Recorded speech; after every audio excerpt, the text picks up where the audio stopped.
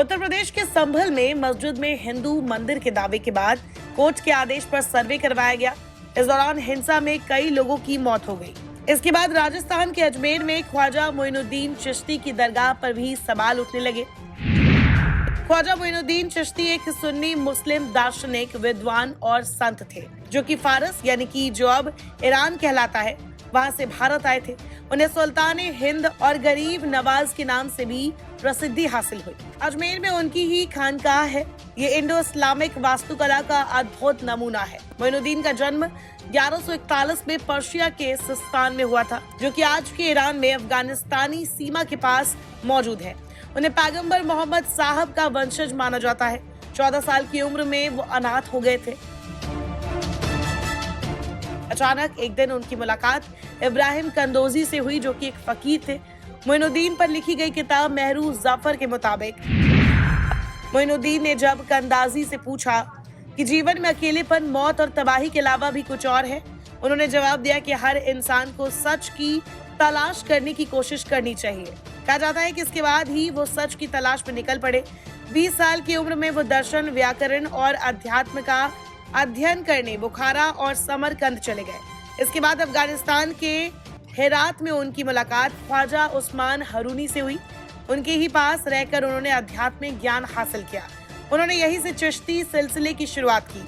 अफगानिस्तान में कुतुबुद्दीन बख्तियार काकी उनके पहले अनुयायी बने। कुतुबुद्दीन के साथ वो मुल्तान गए और यहाँ 5 साल तक रुके। इस दौरान वो हिंदू विद्वानों से मिले और संस्कृत की भी शिक्षा ली। इसके बाद लाहौर में अली हुजवीरी की दरगाह पर पहुंचे। लाहौर से ही मोइनुद्दीन दिल्ली और फिर अजमेर आ गए। उस समय अजमेर चौहान साम्राज्य की राजधानी थी। उनकी उम्र करीब 50 की रही होगी। पृथ्वीराज तृतीय का शासन था और उनका राज्य फल फूल रहा था। तभी मोहम्मद गौरी ने आक्रमण किया। तराइन में दूसरे युद्ध में 1192 में पृथ्वीराज की हार हुई। इसके बाद मोहम्मद गौरी की सेना ने कत्लेआम शुरू कर दिया। अजमेर की हालत देखकर मोइनुद्दीन चिश्ती ने लोगों की सेवा के लिए यही ठिकाना बनाने का फैसला कर लिया। यहाँ उनकी मुलाकात बीबी उम्मतुल्लाह से हुई। उन्होंने यही मिट्टी का एक घर बनाया और लोगों की सेवा करने लगे। धीरे धीरे ये गरीबों, असहायों और अनाथों का सहारा हो गया। लोग यहाँ शांति की तलाश में भी आने लगे। जाफर की किताब के मुताबिक यही से उन्हें गरीब नवाज की संज्ञा मिली।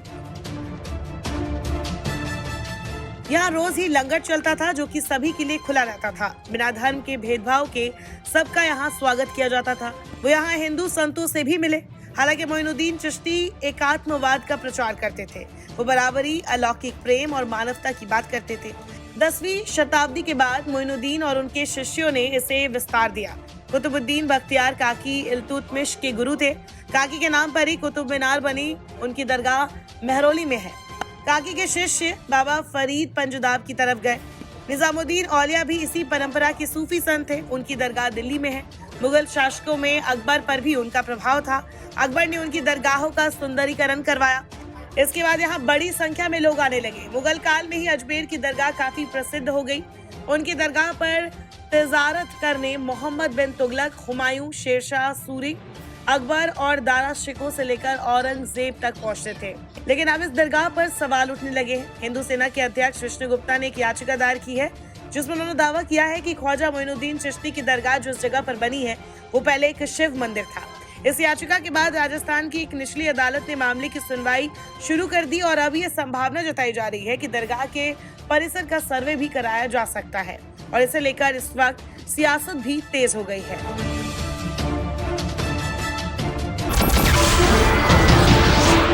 नमस्कार, मैं हूं मानक गुप्ता। अगर आपको हमारा ये वीडियो पसंद आया हो तो इसे लाइक और शेयर जरूर करें और हाँ, हमें सब्सक्राइब और फॉलो करना ना भूलें, ताकि आप देश और दुनिया की कोई खबर मिस ना करें। तो जुड़े रहिए हमारे साथ और देखते रहिए न्यूज़ 24।